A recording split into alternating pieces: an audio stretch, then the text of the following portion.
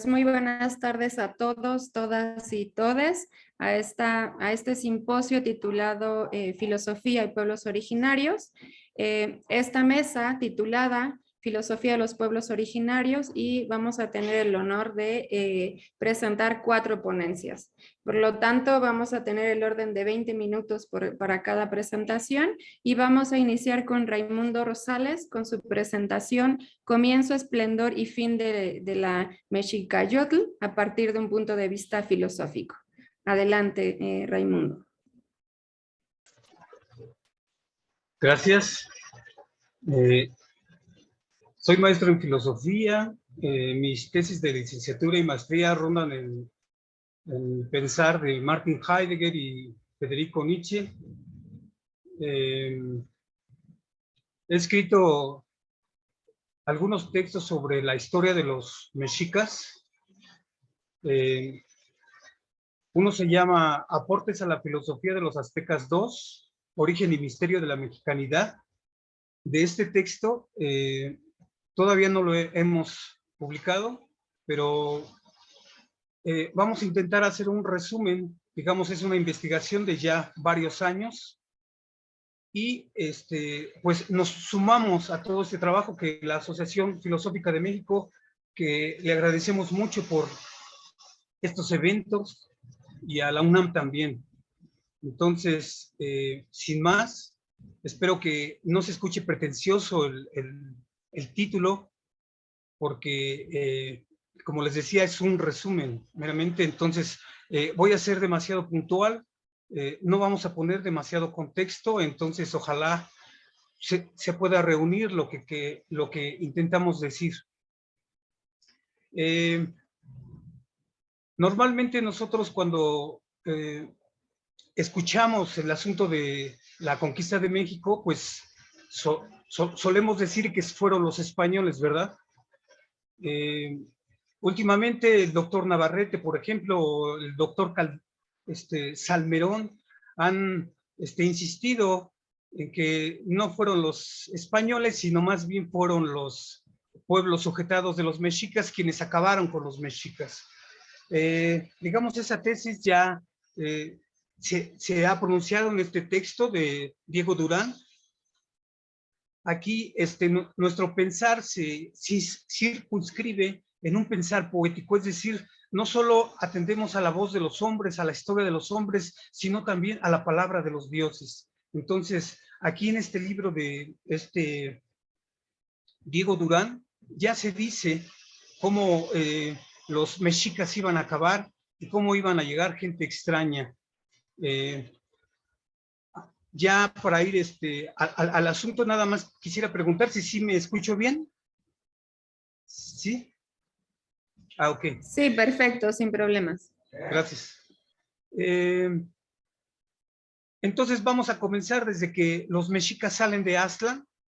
Quisiéramos puntualizar 3 cosas, 3 puntos muy importantes para nosotros para comprender el asunto de la reinstauración del Imperio Mexica, su esplendor y su caída. Hay 3 cosas sumamente importantes. La primera es que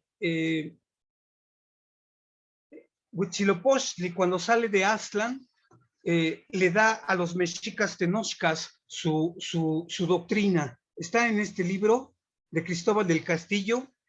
Yo creo que es muy famoso en el ámbito de la historia. Está traducido por el doctor Federico Navarrete. También hay una traducción de Paso y Troncoso. En este texto se da la doctrina del dios Huitzilopochtli, es decir, su Biblia, sus tablas, sus sagrados mandamientos, y como tales, los mexicas, digamos, es de suponer que los guardaban con celo. Entonces, dentro de estas leyes, hay una ley que nos va a ayudar para referir nuestro tema, que está, digamos, dirigido desde una ontología fundamental, es decir, está referido al ser de los mexicas tenochcas, que en este caso es la Mexicayelistli, una ontopolítica, por así decir. Entonces vamos a referir lo que nosotros entendemos como mexicanidad, como la Mexicayot, como la Mexicayelistli, ayudándonos de esta doctrina del dios Huitzilopochtli, pero no de toda. Nada más vamos a retomar el cuarto mandamiento del dios Huitzilopochtli, que dice quiénes van a gobernar, es decir, nos va a decir el modo de ser del régimen de los mexicas tenochcas. Entonces, es una ley, digamos que es muy breve, pero es demasiado importante para nosotros, visto desde la ontopolítica. El dios Huitzilopochtli en sus sagrados mandamientos dice quiénes van a gobernar, y dice, cuarta cosa, los únicos que pueden gobernar son los hombres que ya son, los guerreros que ya han sido, los hombres que ya han cautivado, los tequihuaque. Los tequihuaque quiere decir los que tienen encargo a los dioses, tienen encargo al pueblo, tienen encargo el dominio de sí mismos, tienen encargo en la conquista del mundo, etcétera. Esta ley nada más dice eso. Otra cosa importante que queremos subrayar de cuando salen de Aztlán, también en este libro se refiere, es que los mexicas tenochcas, digamos que en su origen es un pueblo de macehuales, es un pueblo humilde, sencillo, es un pueblo necesitado. No hay guerreros, no hay grandes guerreros tequihuaque todavía como lo exige el dios, no hay grandes príncipes, grandes señores, todavía no hay nada de eso. El pueblo mexica es un pueblo de macehuales. Y lo último que quisiéramos subrayar es esto que el dios Huitzilopochtli dice en este texto de Diego Durán, en el que ya señala cómo los mexicas van a acabar, ¿no? Cuando se nos dice en este texto que el dios Huitzilopochtli, antes de sacar a los mexicas de Aztlán, habla con su madre, se despide con su madre Coatlicue y le dice que no tenga pena, que ahorita faltan muchos años, porque los va a llevar a la peregrinación, los va a sentar, les va a dar la tierra, los va a llevar los va a ayudar a conquistar por las 4 partes del mundo, y finalmente, en algún momento va a cumplir su tiempo. Le dice a su madre, ¿y cuándo va a ser eso? Cuando lleguen unos hombres extraños, es decir, ya ahora nosotros lo comprendemos como los cristianos europeos occidentales. Y también dice algo muy importante Huitzilopochtli, dice, los extranjeros ganarán y me quitarán todo, pero los que me destruirán serán los mismos pueblos que yo sujetare. Es decir, es la misma tesis que sostienen algunos autores hoy en lo que es esta remuneración de los 500 años. Y bueno, ya con esto ya podemos, digamos, avanzar y vamos a ir localizando el ser de los mexicas desde que salieron de Aztlán. Entonces, la primera ley que dice el dios Huitzilopochtli, el modo de ser del régimen mexica es que gobiernen los grandes guerreros que ya han cautivado. Ninguno que no haya cautivado tiene derecho a gobernar. Eso es importante. Hasta ahí, digamos, no se explicita la ley. Siguen los mexicas en su peregrinación, tardan 260 años en encontrar la tierra prometida. Ahí los mexicas, digamos que fundan Tenochtitlan, pero digamos que tardan 100 años en llegar a ser libres. Es decir, desde el calendario occidental, desde 1325 a 1428, en el que el Tlatoani Izcóatl pone en libertad a los mexicas. Digamos que tardan 100 años en hacerse fuertes, en reproducirse, porque habían padecido demasiado los mexicas cuando llegaron aquí a la Náhuatl. Entonces, cuando ganan la guerra contra Azcapotzalco e Izcóatl los pone en libertad, digamos que sucede algo muy importante en el ámbito de la historia, es muy conocido, que es la quema de la historia. Para nosotros esta quema de la historia es la reivindicación del lo que hemos llamado el Teoamochtli del dios Huitzilopochtli, que tiene que ver con este escrito de Cristóbal del Castillo, que es un escrito que está en náhuatl y traducido por Navarrete, como decíamos. Entonces, los mexicas, digamos que se comienzan a configurar y comienzan, digamos, a purificar su modo de ser del régimen. Entonces, lo que hacen es, es reconfigurar, reinstaurarse de una manera un poco más, digamos, específica, en el sentido de que ya son por primera vez un pueblo libre. Entonces, con todo el derecho del mundo se pueden llamar ahora sí pipiltin, reyes, príncipes, porque ya han conquistado, porque ya han cautivado, con base a lo que habíamos dicho de la ley del dios Huitzilopochtli, que les manda en sus sagradas escrituras. Entonces, digamos, esa quema de códices, lo que hace es quemar códices en donde se refieren dioses que no son sus dioses. Ya los mexicas, desde que salieron de Aztlán, habían hecho un acuerdo con el dios Huitzilopochtli de que solo lo iban a adorar a él y que iban a seguir sus sagrados mandamientos con todo el rigor del mundo.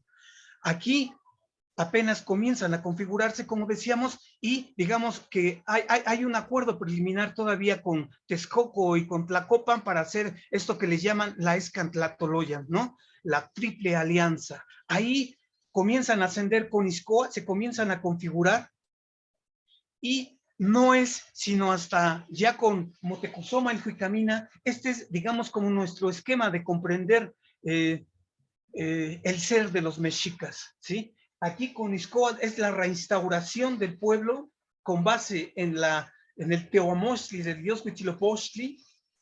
Ascienden muy pronto, ya con Motecuzoma, el Juicamina y Tlacaelel, alcanzan la plenitud basándonos en lo que nos dice Diego Durán, ¿sí? Aquí en este texto, en el que alcanzan la majestad y la gloria. Allí ya los mexicas estaban en gran abundancia, tenían demasiados tributos.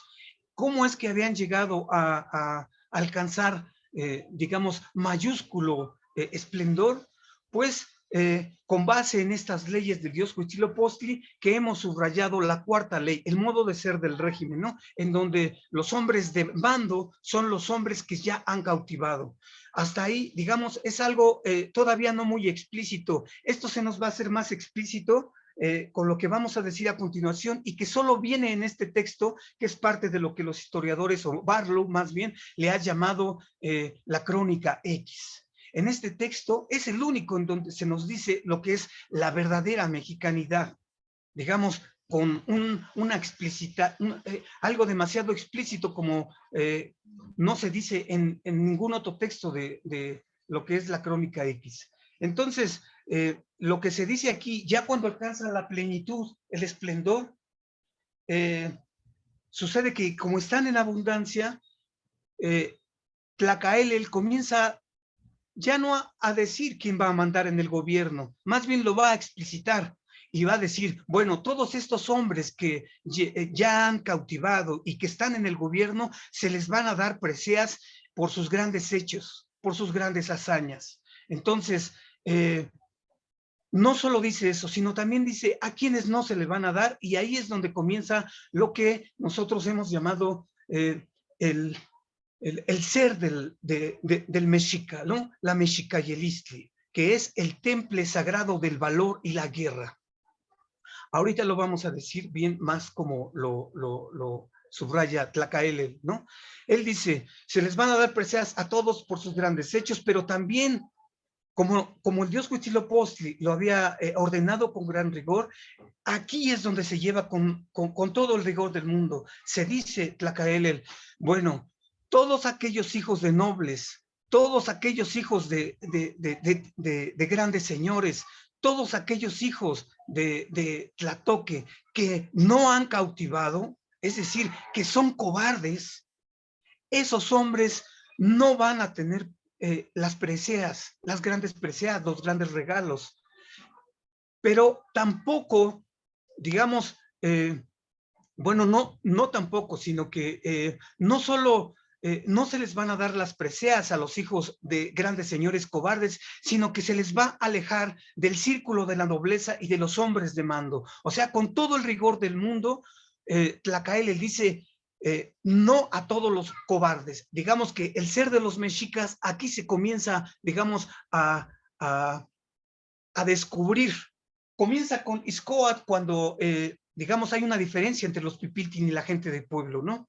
los pipiltis son los hombres de valor, los que luchan, y la gente de pueblo son los que tienen miedo. Pero acá, ya en el esplendor, los que tienen el mando, digamos que pueden ser hijos de Macehual, pueden ser hijos de Esclava, pueden ser hijos de Pipiltin.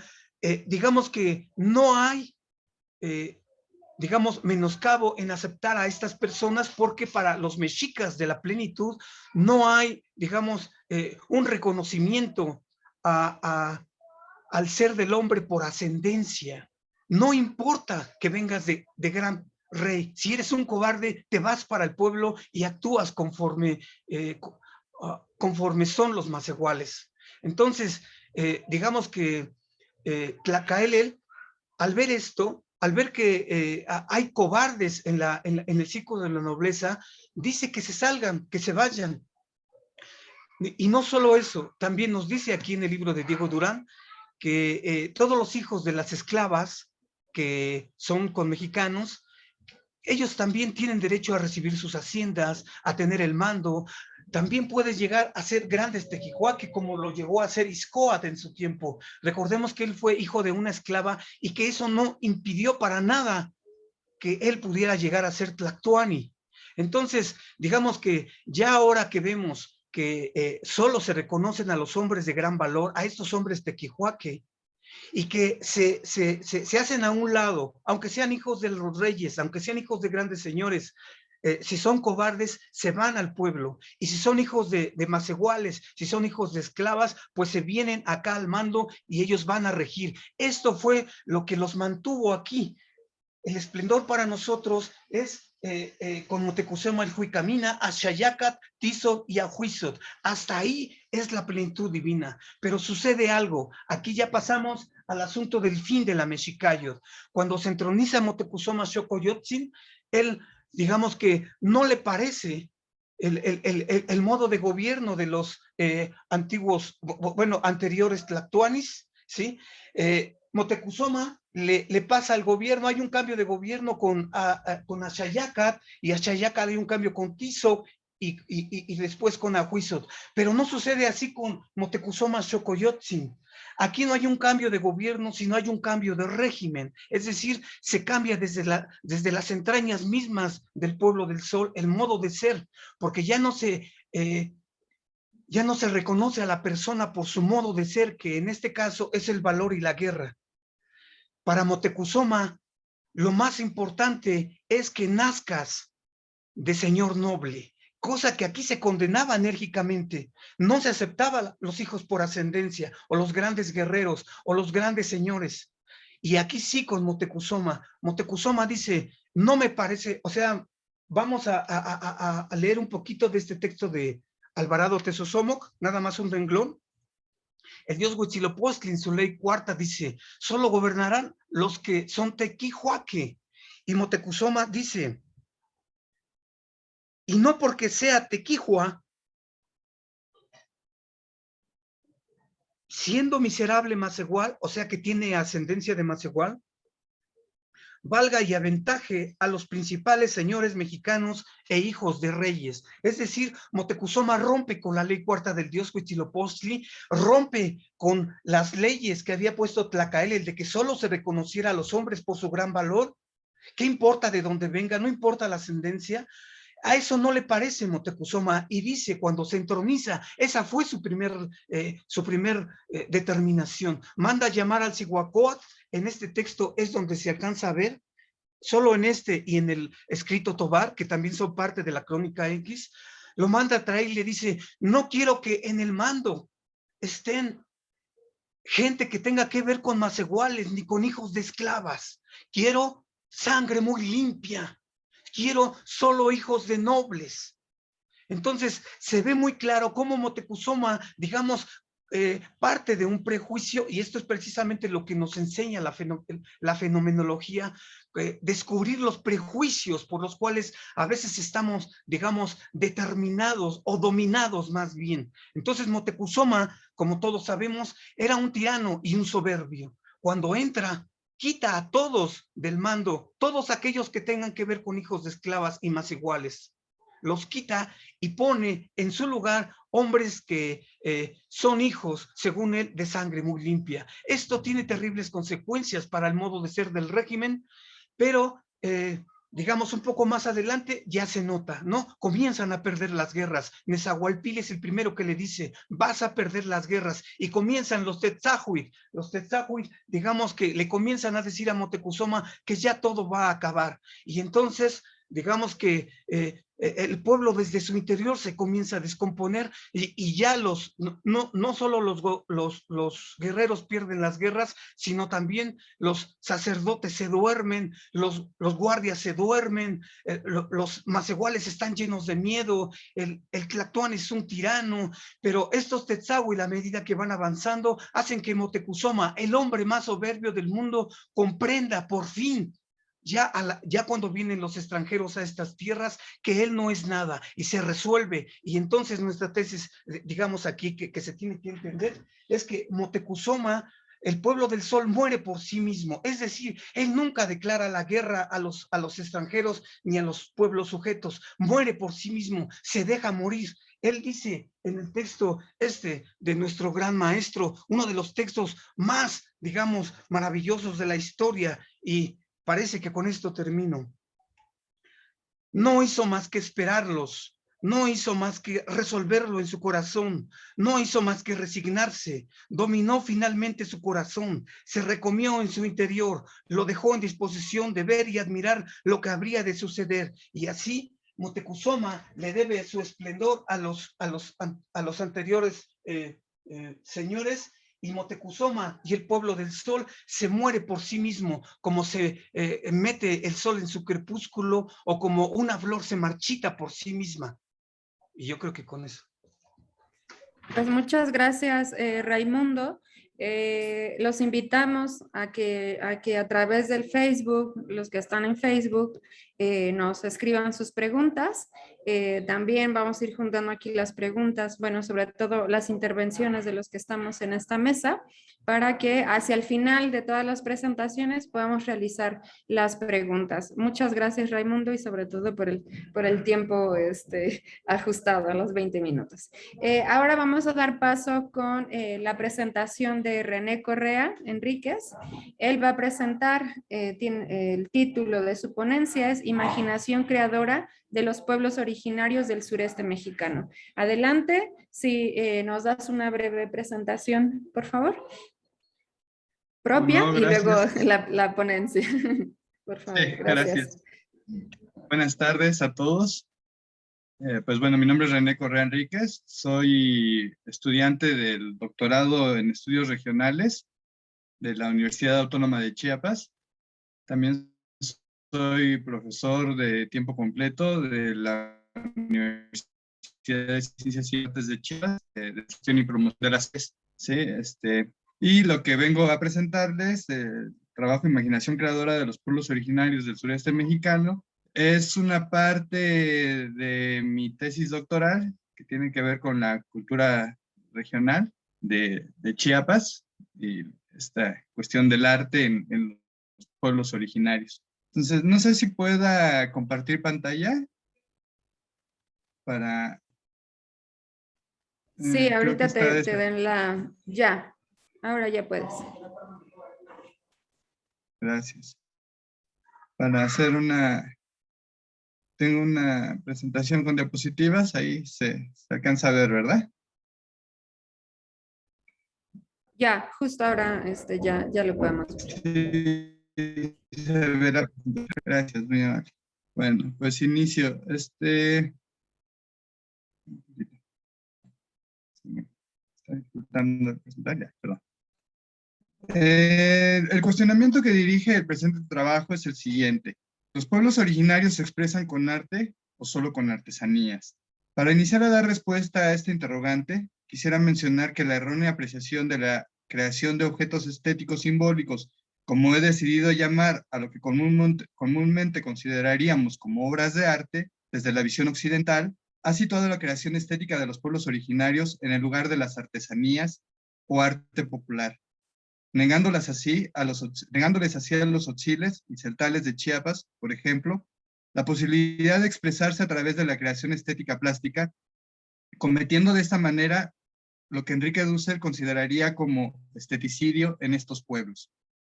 Por lo anterior, y porque considero que el concepto de arte ha sido cerrado e históricamente insuficiente para comprender el fenómeno estético que se presenta en los pueblos originarios del sureste mexicano, específicamente en el estado de Chiapas, propongo abrirlo y considerarlo como imaginación creadora, principalmente por el papel esencial que juega la capacidad imaginativa y la actividad creadora como facultades humanas que impulsan o potencian la creación artística o estético-simbólica en todas las sociedades del mundo.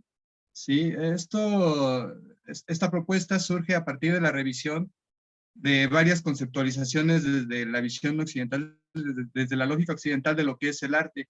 Y bueno, así como no se encontró ninguna que negara la posibilidad creativa a los pueblos originarios o poderla considerar como artesanías, pues también la filosofía simbólica o la filosofía de las formas simbólicas nos habla que dentro de estas formas simbólicas el arte es una de las expresiones que tienen todas las sociedades del mundo. Y entonces uno se pregunta, bueno, ¿y qué pasa con el arte de los pueblos originarios, no? ¿Qué pasa con su arte? ¿Por qué siempre estudiar el arte en las universidades de los pueblos originarios o el arte indígena, a lo más que podemos llegar es a esto que se le considera como artesanía? Bueno, pues para contravenir esto he pensado aperturar el concepto de arte a esta categoría de análisis a la que imaginación creadora, que también ya se ha hablado antes de esta imaginación. Justino es un historiador del arte mexicano, dice de la imaginación creadora: la imaginación creadora es la reina de las facultades. Por ella es posible el arte y la conmoción estética y todo lo que hace que la realidad cruda de la existencia se transfigure en un sueño poético, revelador de nuestro ser finito y gente, de nuestra más radical realidad. De Justino Fernández, en su tesis, la retoma un poco la idea de la propuesta de imaginación creadora de Baudelaire, este escritor que es considerado como los escritores malditos franceses, ¿no? Yo acabo redondeando un poco esta categoría de análisis diciendo que la imaginación creadora es la facultad humana que le permite generar símbolos a los seres humanos, los cuales suelen manifestarse en creaciones materiales, es decir, en objetos simbólicos que pueden ser considerados como artísticos o no, pero que indudablemente son estéticos. De esta manera propongo otra conceptualización del arte, no arbitrariamente, no arbitrariamente, sino socialmente necesaria, en virtud de que se ajusta a un objeto o experiencia que se presenta en los pueblos originarios del sureste mexicano. Bien, de los presupuestos teóricos que yo me valgo para sustentar esta propuesta es la filosofía y la estética de la liberación de Enrique Dussel principalmente, ¿sí? Pero hago todo un seguimiento desde la teoría de la dependencia de Teotonio dos Santos, pasando por el análisis centro-periferia de Raúl Prebisch y el análisis de los sistemas mundo de Emanuel Wallerstein, para después ya basarme en la filosofía de la liberación y en la estética de la liberación de Enrique Dussel como presupuestos teóricos y filosóficos que sostienen los planteamientos planteados o presentados en la imaginación creadora. A partir de lo anterior, se considera a los pueblos originarios como una periferia dependiente del capitalismo de las transnacionales. Un imperialismo de la anterior, habitan estos pueblos, lo cual decanta en un colonialismo interno, como lo llama Pablo González Casanova, ¿no? O sea, esta idea de que el arte solo es este arte desde la lógica occidental, pues puede considerar como no una apreciación estética, sino más de una relación como de poder, ¿no? Por eso es que la propuesta del la filosofía de la estética de la liberación nos permite hablar de una propuesta también de decolonialidad, de una especie de decolonialidad de la estética, una decolonialidad del arte, ¿no? Porque históricamente hemos visto que esta conceptualización del arte en los pueblos originarios, pues no aplica, ¿no? Y siempre se queda a nivel de artesanía. Entonces, bueno, de la filosofía de la liberación, retomo las ideas de la liberación colonial del imperialismo norteamericano, la propuesta de aproximarse, que como lo maneja Enrique Dussel, sería avanzar hacia el origen.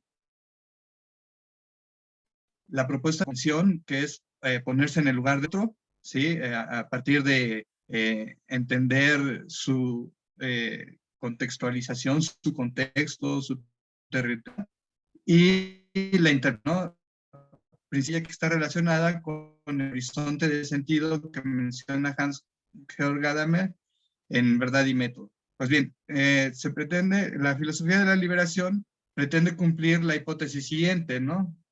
Parece que es posible filosofar en la periferia, en naciones subdesarrolladas y dependientes, en culturas dominadas y coloniales, en una formación social periférica desde las clases explotadas, solo si no se imita el discurso de la filosofía del centro, si se descubre otro discurso. Dicho discurso, para ser otro radicalmente, debe de tener otro punto de partida, debe pensar otros temas, debe llegar a distintas conclusiones y con método diverso.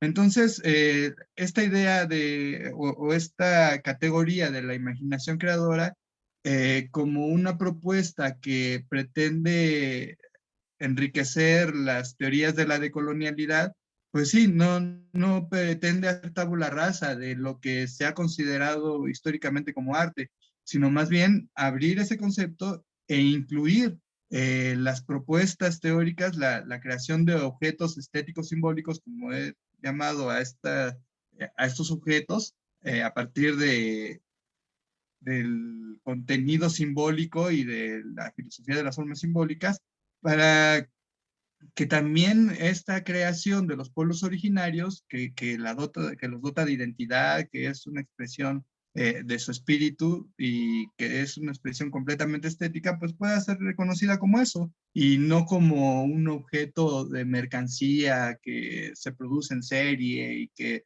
está cargado de exotismo, como suelen ser las artesanías, ¿no? En cuanto a la estética de la liberación, retomo principalmente la idea de la intención estética o aistesis, que como la menciona Enrique Dussel, ya que para Enrique es la intención que aborda en su primera tesis, y es la, cito, posición de apertura de la objetividad humana ante las cosas reales que nos rodean. Y de esta palabra deriva en castellano estética y no arte. Por eso creo que si tratamos de comprender la creación de objetos estéticos simbólicos a partir de una visión estética y no de una teoría del arte, tiene más posibilidades de comprensión. Uno de los principios básicos de la creación estético-simbólica de los pueblos originarios del sureste es el quehacer colectivo que la define, ¿no?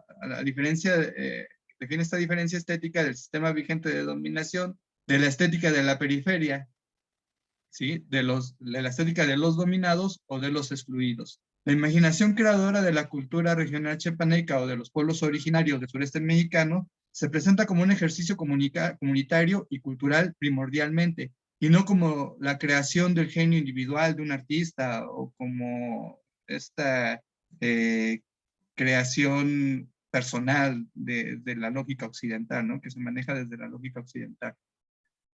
El pensar esta forma de imaginación creadora en lugar de hablar de cerrado del arte, también nos permite ubicarla geográficamente.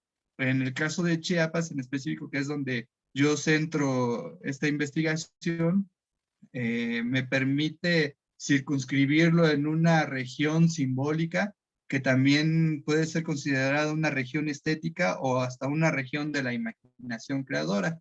¿sí? En donde se incluirían en la región socioeconómica 1, conocida como metropolitana, los municipios de Tuxtla Gutiérrez y de Chiapa de Corzo, región socioeconómica 4, conocida como la de los Llanos, los municipios de Venustiano Carranza, el municipio, perdón, de Venustiano Carranza, y en la región de los Altos, los municipios de Amatenango del Valle, que es conocido por su alfarería, Magdalenas, Chenaló, Huistán, Chamula, La Rainsar, Tenejapa, San Cristóbal de las Casas y Sanacantán, como creadores de textiles, y Chiapa de Corzo como de creadores de laca, ¿no? Entonces podríamos considerar esta región que está señalada aquí en el mapa con color rojo en estas 3 regiones socioeconómicas, la 1, la 4 y la 5, como un geosímbolo, ¿no? Entendiendo esta cuestión del geosímbolo, como lo define Gilberto Jiménez, como un lugar que por diversas razones reviste al pueblo de una dimensión simbólica que alimenta su identidad. ¿Y cómo no va a ser eso si, por ejemplo, estos municipios de los que estoy hablando son reconocidos a partir de su creación estética también? O sea, se habla, por ejemplo, de los textiles de los Altos de Chiapas, ¿no? No se habla de los textiles de la selva o de los textiles de la costa, ¿no? O sea, el lugar por excelencia donde se concentra la mayor expresión de objetos estéticos simbólicos conocidos como textiles, pues es la región de los Altos, ¿no? Los Altos de Chiapas. O, por ejemplo, se oye hablar de la laca de Chiapa de Corzo, ¿no? O de la alfarería Amatenango del Valle. Entonces son quehaceres, son creaciones estéticas que también dotan de identidad histórica a estos pueblos, porque además los vinculan con sus ancestros prehispánicos, ¿no? Como lo podemos ver ahorita un poco más adelante, ya sea a partir de los símbolos que utilizan o a partir de las técnicas que utilizan para la elaboración de objetos estéticos simbólicos, principalmente plásticos, o por los materiales que también utilizan y que los suele vincular con la creación estética de los pueblos ancestrales prehispánicos, perdón. La caracterización social de la región de la imaginación creadora de los pueblos originarios del sureste mexicano está conformada principalmente, tiene varios elementos en común, ¿no? Que está conformada principalmente por habitantes de los pueblos originarios que viven en sus pueblos de origen, pero que están conectados globalmente. Es decir, muchos de estos creadores crean desde sus distintos municipios, pero también han trascendido las fronteras a partir de exponer estas creaciones en museos o en bienales internacionales, pero también hacen difusión de sus obras vía las redes sociales, por ejemplo, el internet, ¿no? El Facebook, Instagram, todas estas redes sociales. Las poblaciones perciben importantes ingresos económicos por la elaboración de los objetos estéticos simbólicos. Por ejemplo, en el caso de Amatenango del Valle, era un municipio que antes estaba posicionado económicamente o su ingreso, su producción interna se basaba más en la agricultura, y ahora el quehacer estético, la elaboración de jaguares cerámicos principalmente, los ha posicionado a las mujeres que los hacen como agentes económicas de este municipio, ¿no? Poniendo a la alfarería como la principal actividad económica del municipio. Hay que resaltar también que la mayor creación de estos objetos estéticos simbólicos está realizada por mujeres, ¿no? Que transmiten de generación en generación de manera familiar la elaboración de estos objetos, y también han incursionado uno que otro hombre, pero la generalidad es que las hacen las mujeres, son principalmente las mujeres quienes las realizan. Son sociedades que viven principalmente del trabajo del campo, pero que esta posibilidad también los sitúa como creadores estéticos Los trabajos creativos parten del seno familiar, como ya lo mencionaba, es una tradición que se hereda de generación en generación como principal núcleo de producción y de transmisión de técnicas. La identidad está ligada principalmente al paisaje natural y a elementos simbólicos que los vinculan con sus antepasados prehispánicos. Y algunos de los municipios que conforman la región son cabeceras municipales y por eso también eso les permite una difusión mayor de la producción que generan, ¿no? De estos objetos estéticos simbólicos. Bueno, hay una confluencia de imaginarios e identidades que se presenta en la transposición de espacios de la creación estético-simbólica de la imaginación creadora de los pueblos originarios del sureste mexicano. Estos objetos estéticos simbólicos yo los identifico principalmente con tres expresiones, ¿no? Que son los textiles de los Altos de Chiapas, la alfarería, principalmente la alfarería de Matenango del Valle, pero también hay en Ocuilapa, por ejemplo, y la laca, que es pues, característica de Chiapa de Corzo, ¿no? Tienen elementos, estas expresiones o estos objetos estéticos simbólicos tienen elementos simbólicos, técnicos y de soportes que los vinculan con los utilizados en tierras mesoamericanas hispánicos, como por ejemplo lo es la quema a cielo abierto de la alfarería, el teñido, por ejemplo, todavía con grana cochinilla o con tintes colorantes naturales, como se venía haciendo desde tiempos prehispánicos, y también la utilización de la G para la laca, ¿no? Para la elaboración de la laca, que también era utilizada en tiempos prehispánicos. Y tiene que ver también mucho con la situación geográfica en la que se encuentran ubicados estos municipios, porque el material es propio de la región, ¿no? Se da en estas regiones. Bueno, son objetos elaborados primordialmente, ya lo decíamos, por mujeres provenientes de pueblos originarios de Chiapas. Esto también es curioso porque la mayor producción de objetos estéticos simbólicos recae en las manos de las mujeres. Y es algo que se viene dando desde hace mucho tiempo, ¿no? Y esto también posiciona a las mujeres en otra situación dentro de sus sociedades y a manera global, ¿no? Porque si bien estamos hablando que de por sí los pueblos originarios son considerados como periferia, entonces las mujeres dentro de los pueblos originarios serían como la periferia de la periferia, ¿sí? Y el ubicarlas como agentes de cambio, como creadoras estéticas que dotan de identidad y también mueven la economía de un municipio, pues es importante, ¿no? Son obras, objetos anónimos, es decir, que no se afirman, sino son creación de la colectividad comunitaria.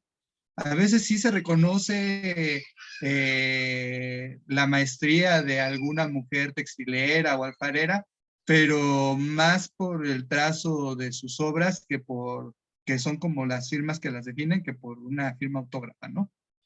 Han sido estas obras, estos objetos estéticos, también cuentan con un elemento en común, que han sido reinterpretadas a partir de su condición de ser expresiones colonizadas, ¿sí? O sea, aún dentro de los mismos países, los gobiernos locales y federales no les dan esta valorización como arte, sino como artesanías, aunque a últimos tiempos ya han tenido más reconocimientos, por ejemplo, dentro del Sistema Nacional de Creadores Artísticos, del CENAR y todo esto, ya han empezado a ser reconocidos, pues no todavía como artistas en general, sino como una categoría que entra en arte popular, ¿no? Que sería casi lo mismo que considerarlos como artesanías. Entonces, bueno, decíamos también que los lugares en donde se crean estos objetos estéticos simbólicos son reconocidos por su producción. Por ejemplo, se habla de la cerámica de Matenango, de los textiles de los Altos o de la laca de Chiapa de Corzo, como sello identitario y creativo del lugar, ¿no? Entonces, bueno, algunas de las características generales de esta imaginación creadora de los pueblos originarios de Chiapas es que está conformada por una importante presencia de habitantes de los llamados pueblos originarios, ya sea tzotziles, celtales, oques, que son como los más comunes, forman parte de la región cultural Mije Maya Zoque. Se presentan en situación de frontera, sí, que es una situación distinta completamente a la frontera del norte, pero que también permite esta movilidad entre la región centroamericana del continente y el resto y México, y un poco menos hacia el norte del continente. Es una región con alto tránsito turístico y flujo de migrantes, lo cual también ha hecho que esta producción o esta creación de objetos estéticos trascienda las fronteras y hayan sido expuestos en Europa, en Estados Unidos, ¿sí? Y también se les reconozca su valor estético, pero vuelvo a insistir, siempre, casi siempre como artesanía o como arte popular y no como una expresión estética, artística, ¿no?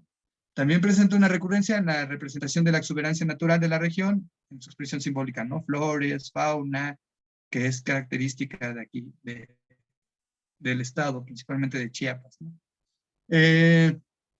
Bueno, Perdona, si un podemos elemento... ir concluyendo, por favor, 2 minutitos. Sí, sí, Gracias. ya estoy en los últimos puntos. Esta estética simbólica de la cultura regional chiapaneca me permite plantear una perspectiva decolonial que permitiría romper el colonialismo desde un enfoque de la cultura regional, considerando que hay, sí, como lo decía Justino Fernández, bellezas históricas, pero también bellezas locales, ¿sí? Y considerando que los objetos estéticos simbólicos emanados de la imaginación creadora de los pueblos originarios, siempre desde sus contextos sociohistóricos y desde los lugares de enunciación desde donde son creados, ¿no?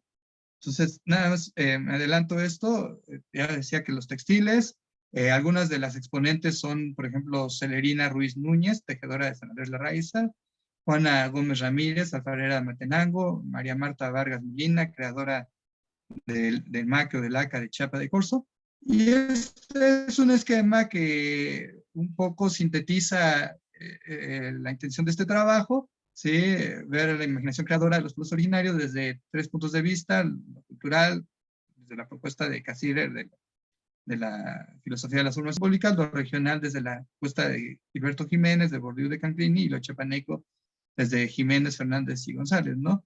Considerando siempre estos lugares de enunciación como que quienes los hacen son mujeres, que están en condiciones de pueblo originario, ¿no? Que a veces son considerados como personas que tienen que estar en sus casas nada más, y con esto ellas rompen con ese estereotipo y se ubican como agentes de cambio de sus municipios, ¿no?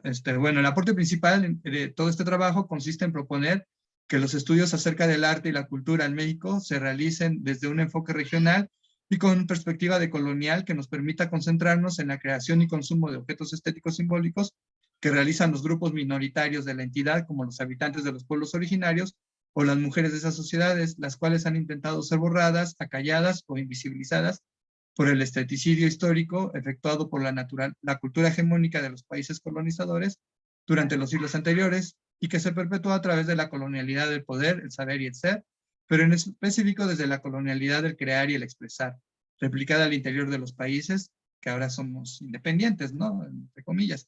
Por ello considero que crear desde la periferia es también una forma de resistencia cultural. Gracias. Muchas gracias. Sí, muchas gracias, René. Como les comentaba con la ponencia anterior de Raimundo, les pido que por favor vayan juntando, anotando sus preguntas para al final de la mesa presentarlas. Bueno, ahora vamos a darle la palabra a Humberto González Galván. Él tiene la ponencia titulada El ser es los sures, Filosofía California, un ejemplo local de saber es sur. Bienvenido y le damos la palabra. Gracias. Después de algunas dificultades técnicas, porque me estaba conectando por Facebook y ahí pues solo escucho, no podía presentar, me entró un poquito la angustia. En fin. son 20 minutos. Sí, 20 trabajo, minutos y si nos da una presentación de usted mismo, por favor, para los colegas. no voy a poner ninguna presentación. Bien, un antecedente de este trabajo, que en el fondo por el título, pues ustedes pueden pensar que pues, se trata de eso, ¿verdad? De desarrollar una filosofía California, lo cual pues resulta muy complicado, porque si ustedes, quiero decir, los hablantes de alguna lengua originaria, tienen tantas dificultades para hablar de filosofía maya, filosofía tojolabal, filosofía náhuatl. Imagínense hablar de filosofía California donde no hay documentos y donde nos encontramos con lenguas originarias como la guaycura, la cochimí, que prácticamente pues están extintas y no hay quien las hable, ni se ha conservado ninguna gramática, pues es muchísimo más complicado. Si don Miguel León Portilla con la filosofía náhuatl hace 65 años tuvo problemas para que entre sus colegas reconocieran algo así como la filosofía náhuatl, o Lenkersdorf con la filosofía también tojolabal, maya, pues hablar de filosofía California resulta prácticamente un sueño epistémico. Tomo como antecedente, pues no sé si estuvieron ustedes en la mesa anterior donde la doctora Xochitl López Molina presentó una ponencia que denominó Palabra y fuentes de la filosofía de los pueblos originarios. Bueno, en términos generales, la palabra es la fuente central, sea en códices o sea en transcripciones de códices o sea directamente en hablantes de la lengua. Entonces, con eso se pueden hacer maravillas para impulsar el pensamiento filosófico cobijado en esas lenguas. Pero en el caso de la filosofía California, me las estoy viendo con la necesidad de tomar otras fuentes.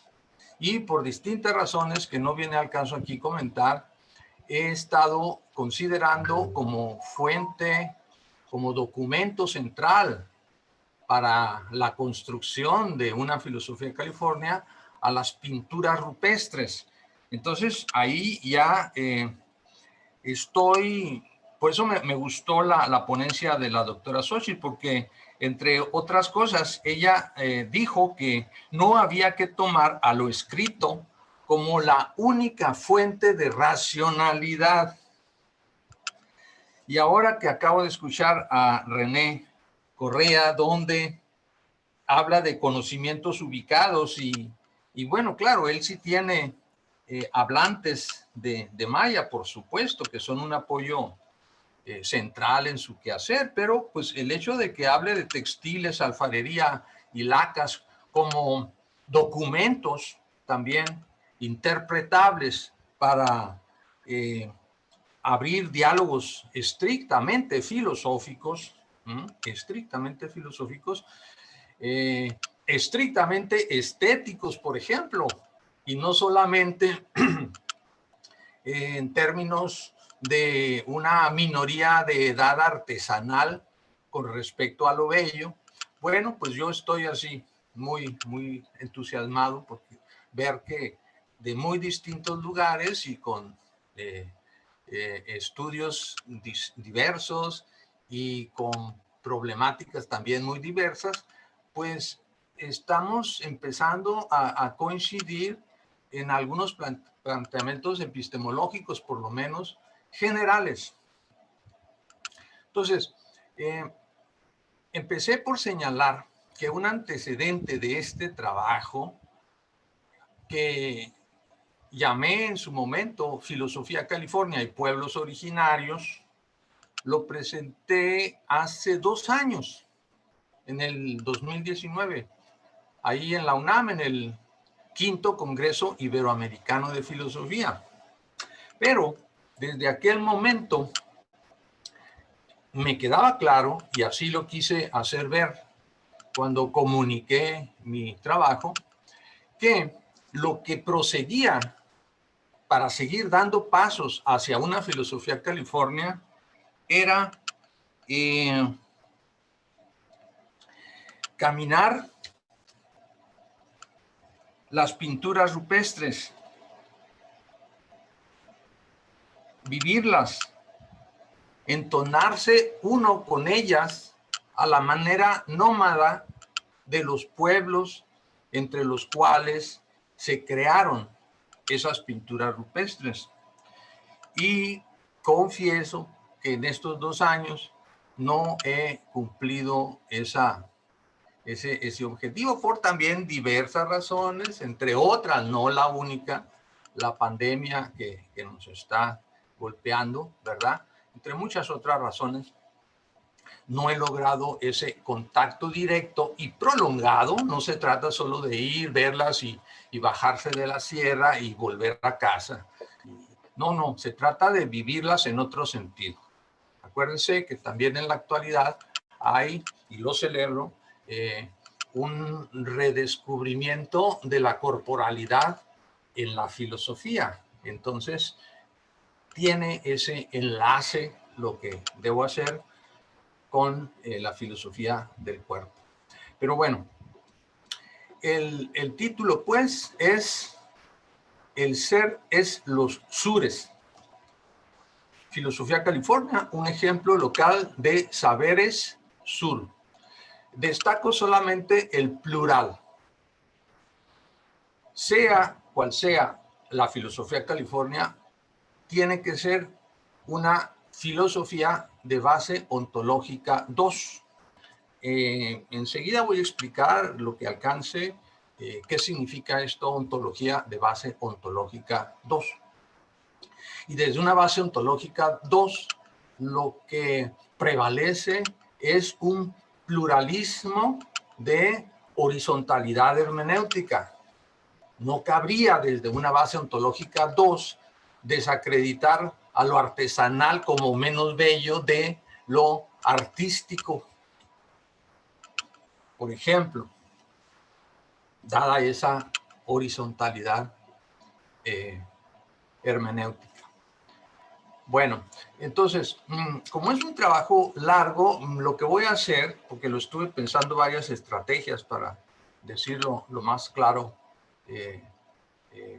lo que quiero comunicarles, y pensé que lo más conveniente, dado el tiempo, es leer solo el resumen del trabajo que estoy desarrollando y destacar algunas precisiones pues de corte general, epistemológico, filosófico, porque estos mismos considero ya son resultados para una filosofía California.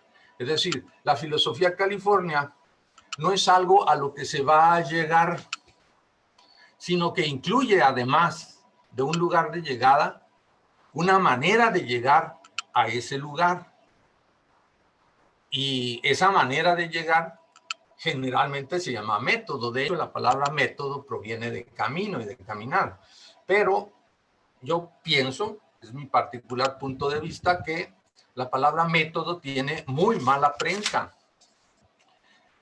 Para un pensamiento ontológico 2, para un pensamiento de la pluralidad, pues resulta muy reduccionista pensar en el método, ¿no?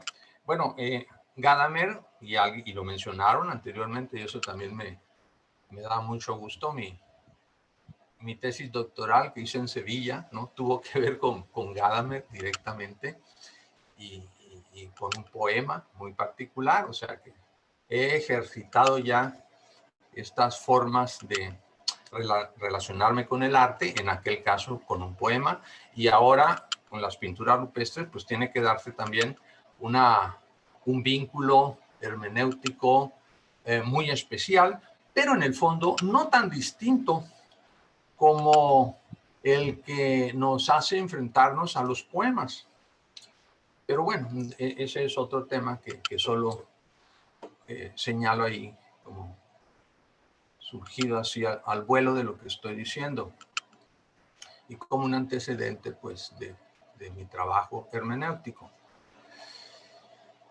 Y repito, creo que sería más productivo para todo el mundo si yo me remito a leer el resumen de este trabajo que, como digo, es de corte más bien epistemológico, pero que ya constituye como camino el lugar al que se va a llegar en su momento. No existe una epistemología como tal. Lo que existen son múltiples epistemologías, mismas que cada una de ellas, con mayor o menor fortuna, se validan con sus propias armas pensantes.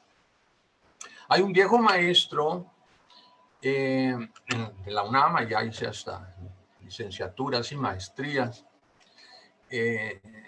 Gustavo Fernández, recuerdo su nombre, que decía algo que yo no entendía cuando él lo mencionaba, hablando de métodos, ¿verdad? Y decía que la mejor epistemología era la náhuatl, porque había un dicho, un proverbio, que es de acuerdo al sapo es la pedrada. Y dice que él no había encontrado mejor expresado una aseveración epistemológica que ahora retomo precisamente por el carácter de multiplicidad y de ontología 2 que creo yo que respalda, ¿verdad? Una ontología 2 donde hay múltiples epistemologías, ¿no? Derivadas de esa ontología 2, estaría completamente sintonizada con este dicho náhuatl, que por cierto lo he buscado en náhuatl y nunca lo he encontrado así como para presumirlo en su lengua. Ahora, sabemos que esta respuesta alternativa, que hay muchas epistemologías, es una provocación, pues con ella se apunta más bien a un ideal conceptual en marcha que a una realidad teórica imperante. Lo que hacemos en este escrito consiste en llenar de contenido desde distintos ángulos esas provocaciones. Un ángulo o enfoque inicial que querríamos llamar caminante en lugar de metodológico, ya se dirá por qué, aunque yo creo que aquí no abordaré ese punto, por lo menos en detalle. Un enfoque inicial, pues, caminante, elabora de manera mínima algunas ideas provenientes de la hermenéutica, la de Heidegger y la de Gadamer. Y, por otro lado, también incorpora al pensamiento crítico transmoderno de Enrique Dussel, que también se mencionó, sobre todo lo que él descubre como o produce, ¿no?, creativamente como falacias desarrollista y falacia de ubiquidad. Estos son los elementos que enseguida voy a profundizar, o por lo menos a definirlos, después de leer el resumen. Un recodo más en este caminar será de corte metafísico, donde cobrará sentido el juego de palabras de nuestro título. El ser es los sures, y tendrá su desarrollo tanto desde Alain Badiou y sus postulados. Dice, por ejemplo, el uno no es, lo múltiple es, y desde ahí desarrolla esto que aquí, para sintetizar, denomino ontología 2. Entonces, Alain Badiou es una fuente filosófica para enfrentarme a otra fuente directa que son las pinturas rupestres. También Peter Sloterdijk, desde su esferología, ¿no? Que en intimidad bipolar pone al 2 en el comienzo. O sea, en eso coinciden, aunque claro, son dos filosofías, Alain Badiou, Sloterdijk, muy complejas, muy de detalle, muy bien fundamentadas, pero coinciden en esta que aquí reduzco mucho llamando ontología 2, ¿verdad?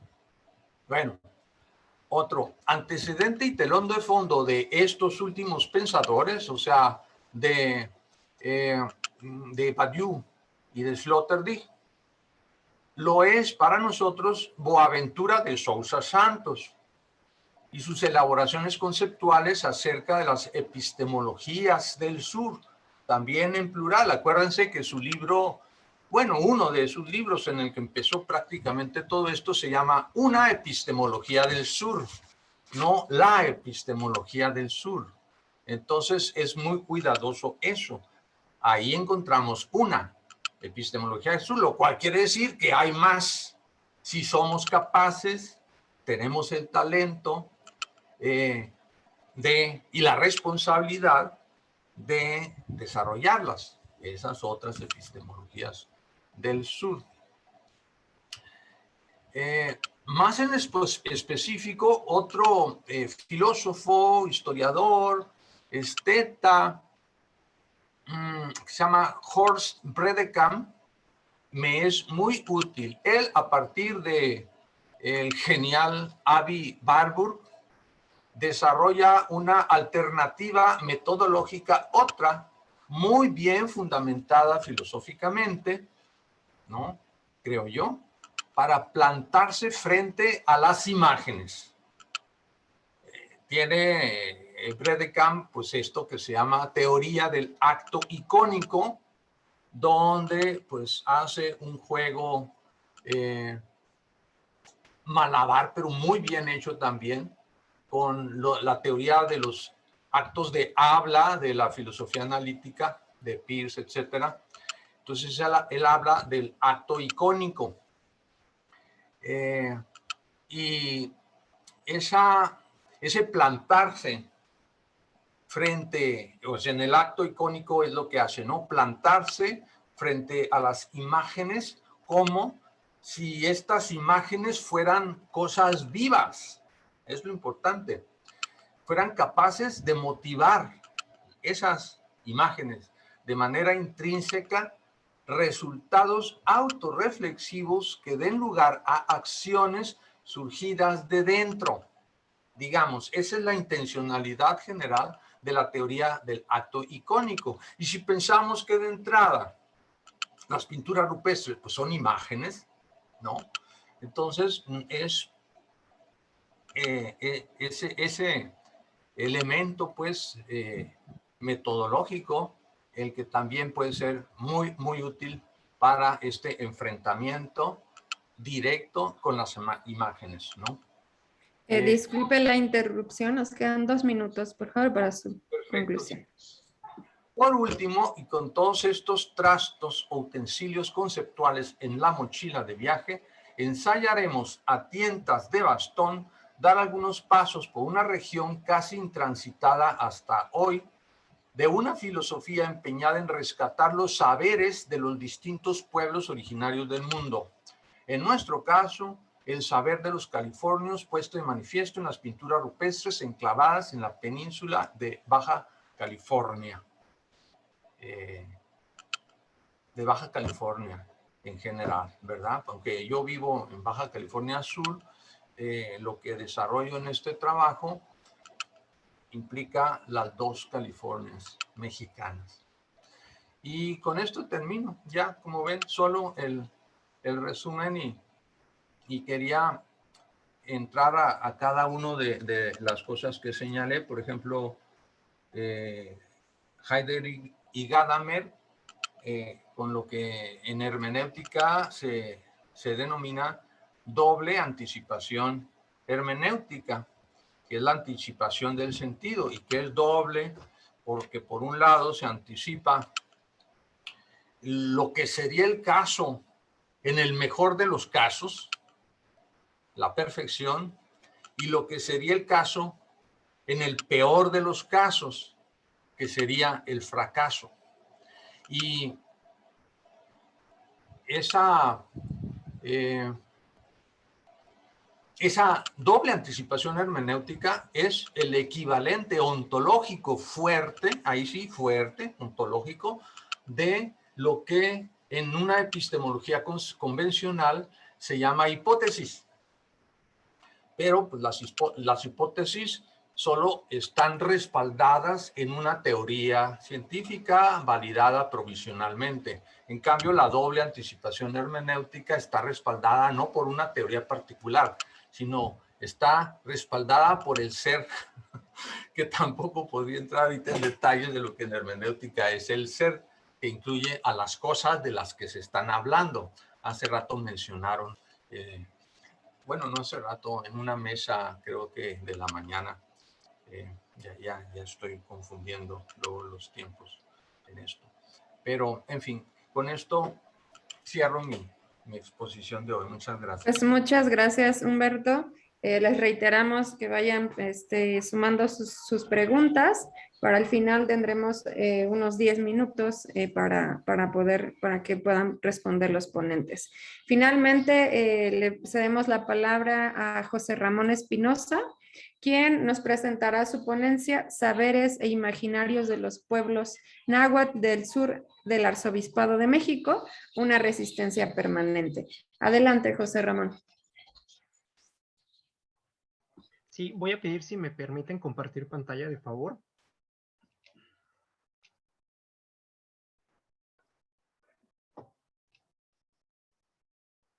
Ahora ya puedes. Gracias. Bueno, muy buenas tardes.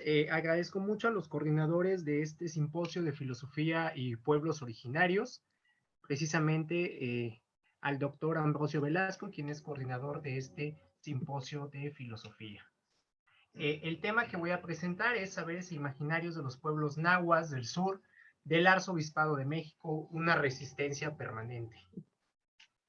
En las fiestas patronales de Citlala, la religiosidad prehispánica ha estado presente en esta población, así como en otras regiones del estado de Guerrero, particularmente durante los meses de abril y mayo, que son los que presentan más variedad de ceremonias por el inicio de este temporal de lluvias.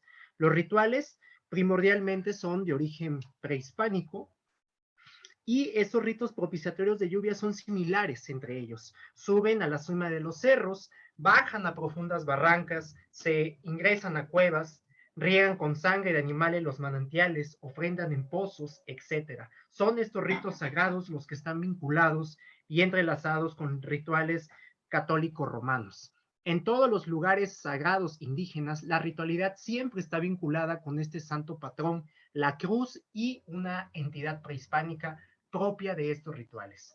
A diferencia de otros credos monoteístas como el protestantismo, el judaísmo o el islam, el catolicismo se caracteriza por incluir el culto a múltiples figuras que no son Dios estrictamente. Esto se aplica a la veneración y a los atributos de la divinidad, a las variadas advocaciones marianas, pero también hacia las entidades angélicas, a la infinidad de santos y a las entidades que se veneraron en la Nueva España. La vinculación del ser con la naturaleza como parte de su entorno la logra interpretar y a su vez comprender. Cada hecho y cada fenómeno está en constante cambio y ello genera en la mentalidad de los seres humanos un asombro tal que da como resultado la creación de mitos y a su vez de ritos que producen toda una carga simbólica desde la naturaleza. La lluvia, los rayos, las nubes son elementos indisociables del proceso de vida. Son parte integrante del proceso ritual que desde los primeros pobladores intentaron ellos asimilar, pero no solo se quedaba en ese hecho, sino que también se tomaron como fuente propia del ritual. Cabe señalar que en otras poblaciones del estado de Guerrero, el ciclo agrícola está ligado en relación íntima con las festividades de los patronos locales, como es el caso en Citlala de San Marcos el 25 de abril y el 15 de mayo de San Isidro Labrador. Estas festividades, así como los santuarios, desempeñan un elemento indisociable de la religiosidad popular, ya que estos santuarios mexicanos integran manifestaciones devocionales e intereses socioeconómicos comúnmente asociados a identidades fundamentales de carácter local, regional y nacional. El jaguar, en este caso, en la cultura de los titlaltecos, ha jugado un papel primordial porque no solamente ha sido propia de ella, sino también de muchas poblaciones de la baja montaña y los valles centrales del estado de Guerrero, como son en poblaciones nahuas de Acatlán, Chilapa, Olinalá, la propia capital de Guerrero, Chilpancingo y Chichihualco, siendo este felino el personaje central en los rituales de petición de lluvia, en las festividades religiosas y en su representación que se realizan en diversas manifestaciones, como las máscaras, las pinturas, así como en dibujos de papel amate y al óleo, en cajas de Olinalá, que precisamente lo que había comentado el compañero de Chiapas, en Olinalá también se fabrican estas cajas con una cobertura de laca y también en la cerámica, así como en la danza, en la música y en la poesía.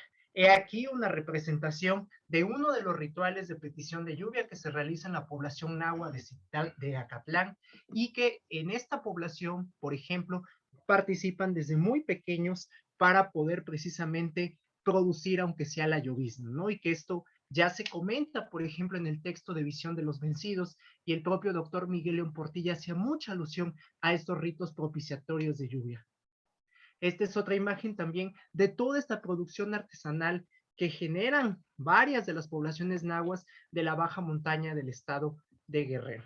Algo muy importante que también quiero hacer mención es que en estos rituales católicos aparecen dentro de lugares no propiamente religiosos. Estaba señalando el caso del Cerro del Cruzco, que es en Citlala, donde se realiza el ritual de petición de lluvia, y en ese sentido el jaguar es una de las figuras míticas centrales que se hace presente en estas ceremonias propiciatorias de la lluvia y que en parte no solamente están en estos rituales, sino también en toda la vida cotidiana de los citlaltecos y citlaltecas. A partir de lo anterior abordamos esta relación que se dio entre estas dos entidades, por un lado la identidad prehispánica, pero por otro también el lado colonial, que va a jugar un papel predominante en varias poblaciones de pueblos originarios del actual estado de Guerrero. Esta es otra imagen que me gustaría también compartir con todos ustedes, en la cual durante el 10 de mayo, el 10 de septiembre, que es la festividad más importante de Citlala, que se le festeja al patrón de San Nicolás Tolentino, aquí hay una carga simbólica importante, ¿no? Esto Mauricio Bechot lo plantea muy bien con esta propuesta de la hermenéutica analógica, no tener esta visión nutens o esta visión docens, sino tener precisamente esta postura en la cual las personas que ingresan a la iglesia siempre se santiguan ante esta imagen del teponaxle sagrado, que es un elemento para ellos de suma importancia, sobre todo porque este instrumento representa la apertura de la festividad del Santo Patrón, pero por otro lado, los pobladores lo ven como un elemento de carácter sagrado y por eso la veneración que se hace el día 10 de septiembre. Algo muy importante que es necesario mencionar es la persecución que va a haber de todos estos que los colonizadores van a denominar hechiceros, tiemperos, los graniceros, que en términos muy generales para los colonizadores son los brujos. Se va a plantear mucho este concepto de brujo, ¿no? Pero también el de nahual. Por eso parto también de cómo definimos al nahual o nahuali, que es este sujeto que tiene la capacidad de convertirse en animal. Hernando Ruiz de Alarcón, que es este clérigo de la zona de Atenango del Río, que estudió en el Colegio Jesuita de la capital novohispana y obtuvo en 1597 el título de bachiller en teología en la Universidad de México, toma la carrera clerical y a muy temprana edad ocupa el cargo de juez eclesiástico en 1617. Todas las pesquisas y todo el programa de persecución hacia los indígenas lo inicia precisamente como cura doctrinero en Atenango.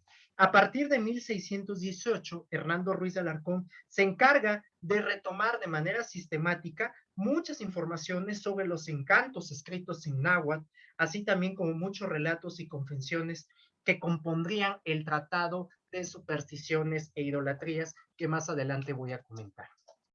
En ese sentido, Hernando Ruiz de Alarcón señala que ciertas personas tienen la capacidad metamórfica de ser hechiceros llamados Tezoski, o también señalo acá, en el libro de los procesos de indios se menciona que el Nahuali Martín Ocelot daba medicamentos a los enfermos.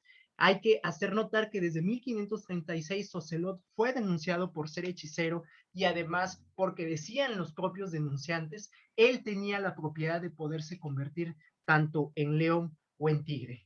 En ese tenor, no solo los indígenas incorporaron estas ideas en sus poblaciones, sino que también esto se dio en las ciudades y villas de españoles, como parte de la propia cotidianidad. Es así como también, con el paso de los años, mujeres españolas recurren a otras mujeres, particularmente mestizas y mulatas, a solicitar favores de estas hechiceras, de estas curanderas, de estas brujas, con la finalidad de obtener el amor de alguien, localizar objetos perdidos, pero además incluyen en estas prácticas heterodoxas las creencias nahuas en torno al nahual. Para ello, Aguirre Beltrán, quien ha trabajado excelentemente todo esto que tiene que ver con las hechicerías, las idolatrías, señala en el texto de Magia que solo tiene el poder de la metamorfosis durante las horas nocturnas si en la forma animal es capturado y en tal situación mantenido hasta la aurora, este nahual muere. Es lo que nos señala Aguirre Beltrán. Para 1613, Hernando Ruiz de Alarcón, como había comentado anteriormente, era beneficiado de la parroquia de Atenango y a partir de todas las investigaciones que realiza contra los indios de las poblaciones de Izcateopan, Huitzuco, Tasco, Iguala, Chilapa, Tetelcingo, Cicotlán y Yautepec, elaboró un tratado de supersticiones y costumbres gentilicias que hoy viven entre los indios naturales de esta Nueva España, el cual publica en 1629 y la dedica precisamente bajo el patrocinio del arzobispo de México, Francisco Manso y Zúñiga. Aquí en este plano del arzobispado de México y en esta ampliación que hago del mapa actual del estado de Guerrero, señalo algunas de las poblaciones por las cuales Hernando Ruiz Alarcón empezó a recopilar todas estas informaciones sobre los cultos al propio jaguar, sobre los sacrificios que se hacían en los altares, sobre todo en las cruces que estaban colocadas en las cimas de los cerros. Y eso lo vamos a encontrar en las poblaciones de Iguala, en la población de Atenango del Río, en Tepecoacuilco, en la región del Alto y del Bajo Balsas, y también en la región de la Baja Montaña, como es Citlala, como es Chilapa, y la alta montaña, como es Olinalá y Tlapa, ya colindando precisamente con el actual estado de Puebla. Hay que tener también presente que en el año de 1620, Hernando Ruiz de Alarcón, una vez que hace todas estas pesquisas, el Santo Oficio de la Inquisición pone la atención sobre todo en este gran uso que se tiene por parte de los indígenas y de mestizos del uso del peyote. Hay que hacer recordar que el Santo Oficio no tiene jurisdicción sobre los indígenas, pero de cierta manera Hernando Ruiz de Alarcón sí recaba una gran cantidad de información a partir precisamente de esta persecución que hace hacia los indígenas. En este edicto de 1620 se señala precisamente que hay un uso muy intenso en Nueva España, sobre todo en las poblaciones cercanas o aledañas a la Ciudad de México, sobre este uso del peyote. Y de eso Hernando Ruiz de Alarcón nos comenta precisamente en sus investigaciones que a solicitud expresa del arzobispo de México, Fray García Guerra, él es el que también lo incita a Hernando Ruiz de Alarcón a que continúe con estas investigaciones.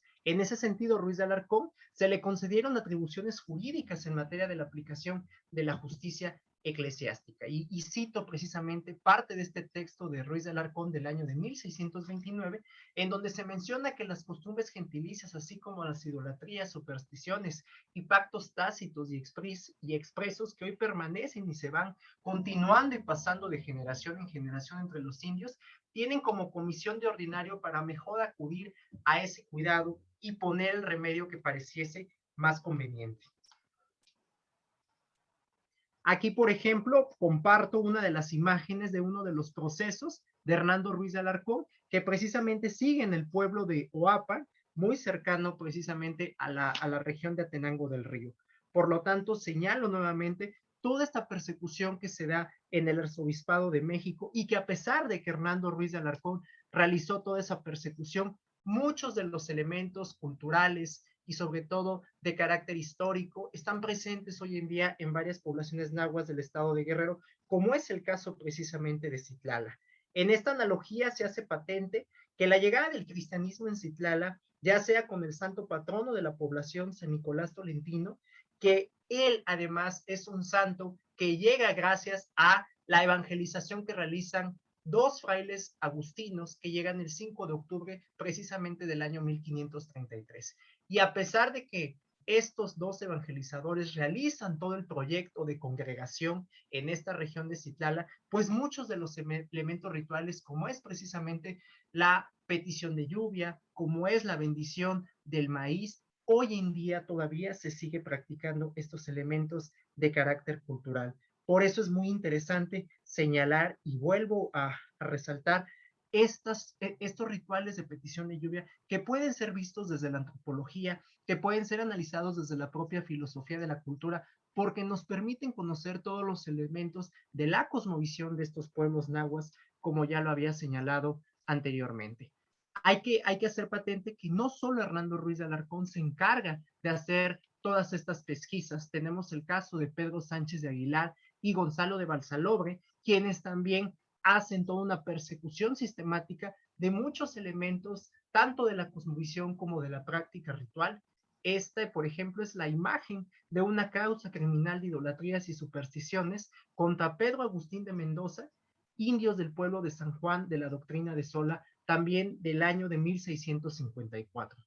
Todavía en el año de 1670, Manuel Fernández de Santa Cruz, obispo de Puebla, hace una visita pastoral a la zona de Tlapa y da cuenta precisamente en el libro de la visita que todavía en Tlapa seguían presentes las idolatrías, seguían presentes los cultos de los indígenas en las cimas de los cerros. Entonces es un elemento muy interesante que hoy en día podemos apreciar entre las poblaciones nahuas del estado de Guerrero. De ahí entonces que el rito es una ceremonia compuesta casi siempre por elementos rituales heterogéneos y que están encaminados a un fin preciso, lo que da a la ceremonia tanto unidad, coherencia e integración. El rito como acto social también se expresa en forma oral en las ceremonias, en el momento en que se le rinde culto a sus dioses a través de oraciones en náhuatl. Dios Todopoderoso comprende las súplicas y expresiones humanas y es susceptible a las penitencias y sacrificios de la acción humana. En ese sentido, el santo patrón de Citlala es San Nicolás Tolentino y este santo patrón juega un papel predominante junto con la imagen simbólica del jaguar. Por otra parte, también es importante señalar lo que ya había mencionado anteriormente con el caso del nahual del tonali. Cada uno de los individuos, como señala López Austin, tiene un tonali y que este era considerado un vínculo personal con el mundo de los dioses. Es con ello entonces que se genera una identificación plena entre los animales míticos, pero a su vez con la llegada del catolicismo se asocian en cierto modo el santo patrón con esta deidad prehispánica. En ese tenor, no solo los indígenas incorporaron estas ideas en sus poblaciones, sino que también esto se dio en las ciudades y villas de españolas, que es lo que ya he comentado. El festejo a San Nicolás Tolentino, que esta es una de las festividades más importantes, se realiza cada año y este santo, además de haber sido predicador, fue, de acuerdo con los diversos relatos, que en una ocasión decían que este santo se aparece entre las milpas y el santo le pide a uno de los niños que por favor le construyan su lugar cerca precisamente de esa población. Hay otros relatos que señalan, por ejemplo, que este santo iba de paso hacia la ciudad de Puebla y casualmente en la población de Citlala el santo se hizo pesado, motivo por el cual este ahora se convierte en el santo patrón. Creo, y esto es algo muy interesante, de acuerdo con Clifford Hertz, quien señala que los rituales son procesos de simbolización donde se combinan elementos de la cotidianidad, pero que mediante un proceso de desplazamiento, un rito produce en dichos elementos un efecto de focalización y como resultado de ello la sociedad hace una representación de sí y para sí. La organización que tienen los pobladores de Citlala para rendir estos rituales de petición de lluvia es a partir de las mayordomías, que este también es un elemento muy importante dentro de la organización de estas festividades religiosas. En este caso, las mayordomías realizan un trabajo autogestivo y sobre todo también sucede este trabajo autogestivo con poblaciones nahuas, como es el caso de Acatlán y como lo es también el caso de Tlapa y Olinalá. Este mayordomo principal se encarga de citar a los barrios para que nombren al propio para conformar las mayordomías, como son los casos de las poblaciones que ya he mencionado. Aunque en la actualidad se conoce más como fiesteros, padrinos de la imagen, que conservan una función que le dicen aquí en términos muy coloquiales como el tequigua. Todas las imágenes tienen la mayoría del mayordomo y padrino, y otras tienen precisamente esta organización a partir de las fiestas mítico-religiosas, y su estructura, como ya lo señalo, está precisamente en base a las mayordomías. Esta mayordomía dura aproximadamente un año, y durante de este tiempo ellos, como lo señalaba el señor Gerardo Sánchez, rinden cuenta de los billetes que se gastaron durante la mezcalada, esto es, por ejemplo, en la festividad del 3 de mayo. Terminada la fiesta, se cita reunión del consejo junto para informar a la población quién será el próximo año el mayordomo principal. Como señalamos en el texto de Carlos Lenkerdo, la filosofía en clave Tojolabol, siempre se piensa en la organización a partir de un nosotros, a partir precisamente de esta comunidad, y no a partir desde un punto de vista individual o sin ese interés que se tiene con la pertenencia a estas poblaciones. Disculpe, José Ramón, 2 minutos para concluir, por favor.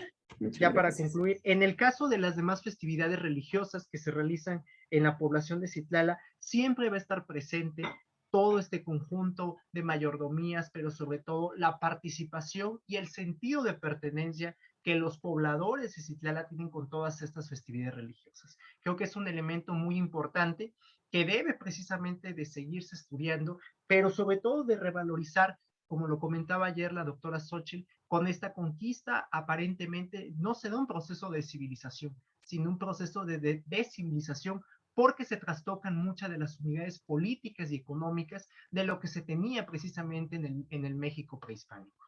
Sería todo. Muchas gracias. Pues muchísimas gracias, José Ramón. Creo que todas las participaciones han sido muy interesantes. Cada una ha abordado una perspectiva desde estos pueblos originarios, desde la filosofía misma de los pueblos originarios, ¿no?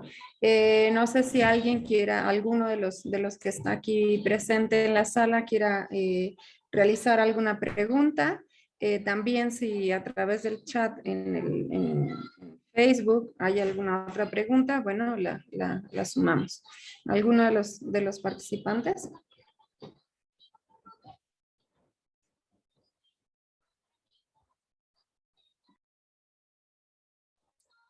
Adelante, doctor Ambrosio. Y si no está el doctor, bueno, después del doctor Ambrosio, a mí me gustaría hacer también un par de preguntas. Bueno, felicidades pues a todos los ponentes. He aprendido mucho de las cuatro ponencias. Yo quisiera una pregunta muy puntual al profesor Raimundo Rosales, sobre todo en relación a estas nuevas interpretaciones, que no son tan nuevas, de la participación decisiva de los pueblos indígenas. De hecho, por ejemplo, ese es uno de los argumentos que justificaban la conquista ya desde el siglo XVI. Alonso de la Veracruz refuta ese argumento diciendo sí fueron aliados, pero fueron obligados a ser aliados, ¿no? Y no fueron libremente. Eso me parece muy importante. Y mi opinión, y quisiera escuchar la suya, es que como si se cuestiona mucho, también he oído particularmente a Matthew Restall, ¿no? A Matthew Restall, de que esta figura, pues, en los términos que usted presentó, cobarde, de Moctezuma, es decir, no basada en el valor y en el riesgo, pues está también por cuestionarse, que sobre todo, pues, son relatos que no proceden de las fuentes nahuas, sino de crónicas y cartas de relación. Esa es una pregunta. Y segundo, mi opinión es que si bien los pueblos aliados indígenas fueron decisivos, nunca fueron conquistadores. Esa es mi idea, ¿no? No tenían el mismo proyecto de apropiación y despojo que tuvieron. Y es muy interesante la profecía que menciona, que nos quitarán todo, pero esos son los españoles, pero quienes nos vencerán serán los propios subyugados. Y esa es la pregunta concreta. Si usted considera que también los pueblos que ayudaron a los españoles fueron conquistadores o no. Otra pregunta muy rápida es para combinar esto de imaginación creativa. Y eso es una pregunta para Humberto y para René, porque creo que así se llama un libro tuyo, ¿no, Humberto? Tus estudios sobre Bachelard, si no mal recuerdo, le denominaste la imaginación creativa. Y la pregunta concreta es si René Correa recopilaría de Bachelard estas ideas de la imaginación creativa. Muchas gracias. Vamos a, anoten sus preguntas a los ponentes. Sumamos también la pregunta de David Barkin, y si no hay alguna otra, yo haré un par de preguntas para que nos den rápidamente bueno, por el tiempo más que nada, sus respuestas. Adelante, David Barkin. Pues yo creía que tú ibas a ir primero, aunque seas... Soy la moderadora, tengo que ceder la palabra. Adelante. Bueno, una de las cosas que a mí me llama mucha la atención en este proceso creadora que se está dando en este momento es la extraordinaria importancia que puede tener esta experiencia en crear, en promover, en asentar una estrategia alternativa para la consolidación de estas comunidades. Entonces, mi pregunta es si si ustedes creen que esta capacidad creadora está generando una dinámica alternativa del desarrollo o simplemente está alimentando el fortalecimiento de dinámicas capitalistas dentro de estas sociedades. Es una entrada a lo que voy a hablar mañana. Senia. Muchas gracias. Bueno, pues yo rápidamente un par de preguntas, en particular a René y a José Ramón. La primera hacia René. Me parece muy interesante esta descripción entre el arte versus la artesanía. Y como ya lo han retomado los comentaristas anteriores, pues desde luego esta noción de la imaginación creadora, ¿no? Me voy a centrar y dado que soy la única mujer en la mesa, como moderadora, creo que además tocaste un punto muy interesante, que es que las mujeres son quienes son las que dan esta identidad, son las que son esta identidad creadora o la misma imaginación creadora. Y mi pregunta es, ¿no existiría justamente un desprestigio justo por ser mujeres quienes desarrollan estas prácticas creativas? A lo mejor por eso no se entiende como, sigue siendo a lo mejor una artesanía y no es arte como tal. Y bueno, esa es una pregunta a René, y rápidamente paso con José Ramón.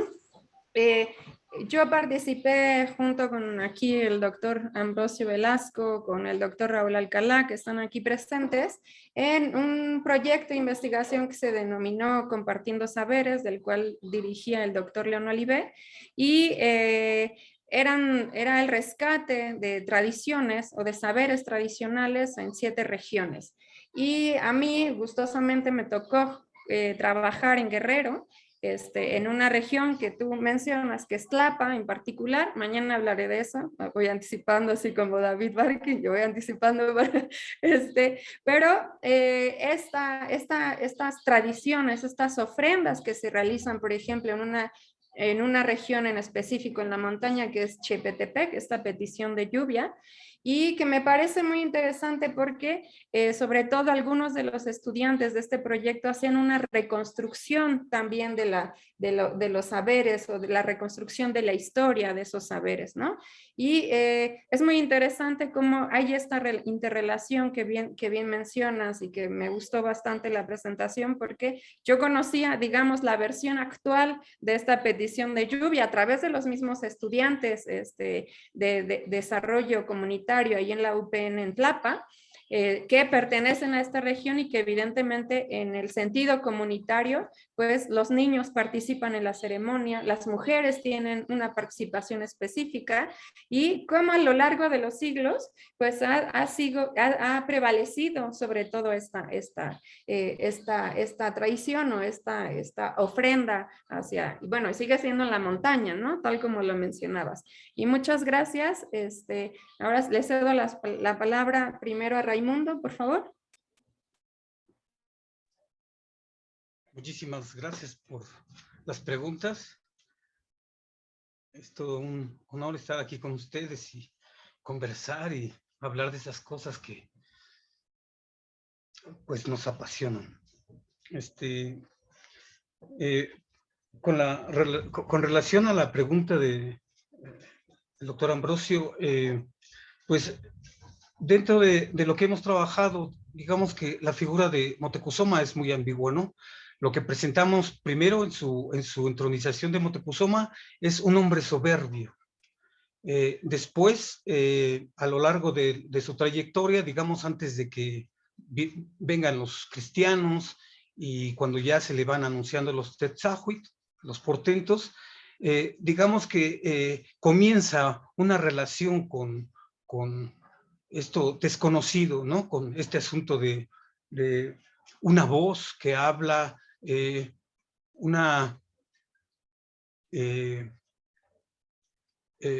digamos, todas estas señales que vienen aquí en los Tetzahuit que Durán viene anunciando. Poco a poco el Tlatoani le comienza a dar miedo, porque sabe que ya se avecina el fin y pues él no lo quiere, ¿no? Ni lo acepta porque se queja mucho siempre con los dioses. Y lo que estamos, digamos, ya proponiendo la comprensión de Motecuzoma, ya al final, con lo que dijimos de que se resolvió el Señor, digamos que digamos ya al final es como el dios Tecusitecat en el mito del nacimiento del sol en Teotihuacán, que se arroja el dios, pero digamos ya no como el dios Nanahuatzi, por ejemplo, ¿no? Sino que digamos que se echa para atrás, ¿no? Quiere huir Motecuzoma, quiere evadirlo, pero al final ya él se resuelve, y eso para nosotros es muy importante porque digamos que da la cara, y eso es lo que los Tetzahuit le anunciaban, ¿no? No lo vas a poder evadir, Motecuzoma, vas a tener que dar la cara, vas a tener que experimentarlo, vas a tener que salir al encuentro, no lo vas a poder rehuir el rostro, Motecuzoma, lo vas a ser testigo de eso.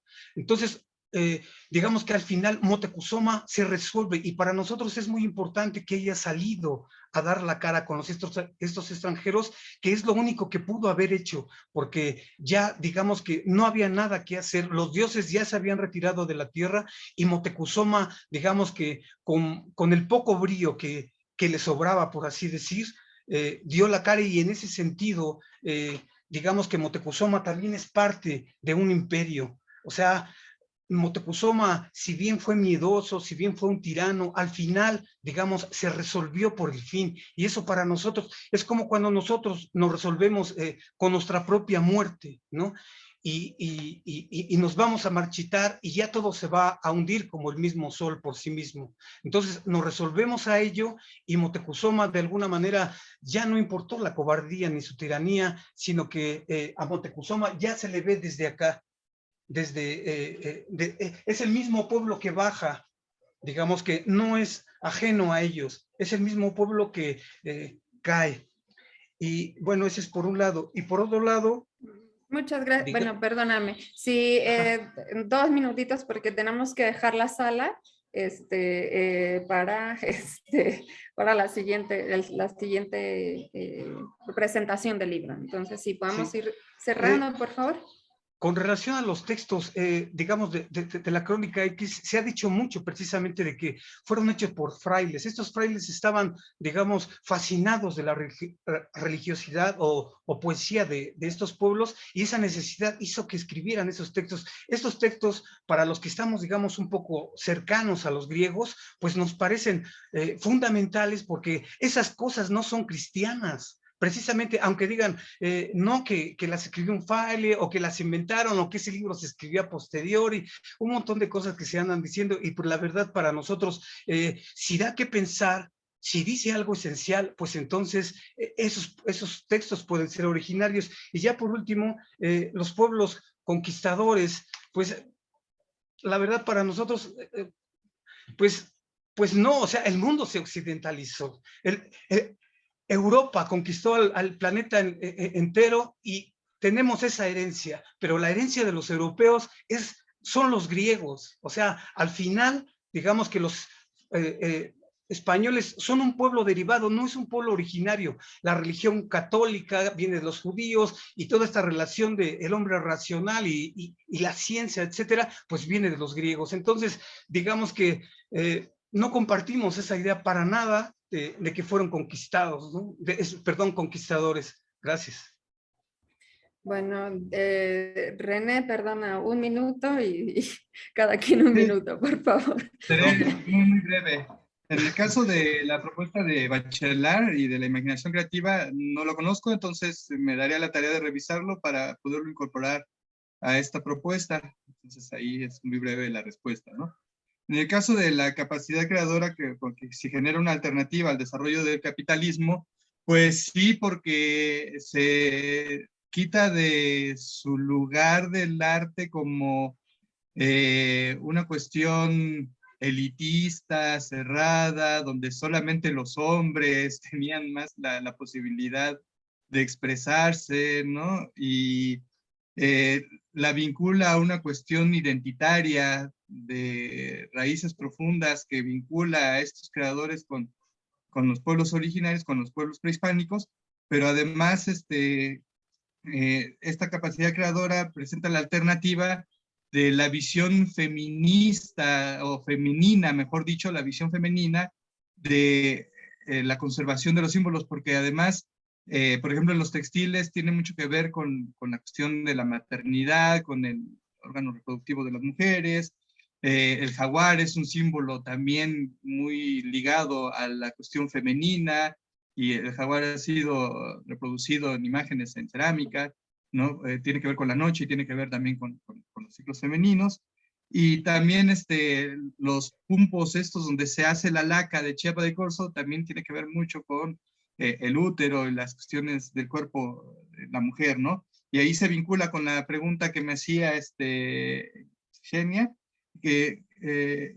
sí, perdón, que las mujeres sí son desprestigiadas desde la visión occidental en el arte, siempre lo hemos sabido. O sea, cuántas historias del arte existen y cuántas incluyen a las mujeres desde la misma lógica occidental, pero también desde dentro de sus propias sociedades, las mujeres y la producción estética fueron relegadas como algo secundario, ¿no? Por no estar vinculado a la cuestión económica, aunque hoy en día sí se vincula fuertemente.